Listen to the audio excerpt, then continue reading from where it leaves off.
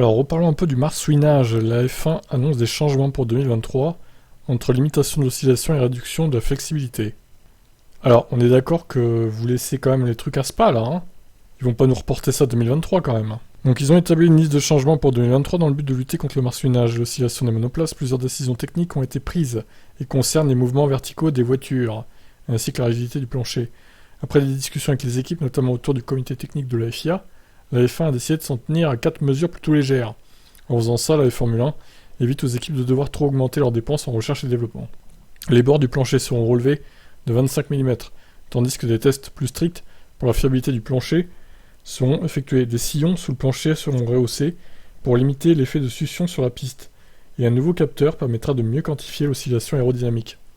Le marsouinage est moins présent depuis plusieurs courses, après avoir atteint son apogée à bas coût, mais la FIA préfère agir pour éviter de le voir revenir plus tard, alors que la directive technique pour les fins 2022 entrera en vigueur à partir du Grand Prix de Belgique.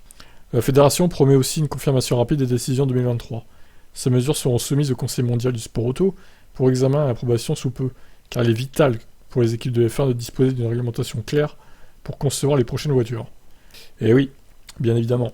Ok, bon bah ça va dans le bon sens, ça va peut-être resserrer les perfs en tête de course aussi. Ça pourrait se rapprocher à Mercedes et peut-être Alpine, à McLaren aussi. À voir, hein.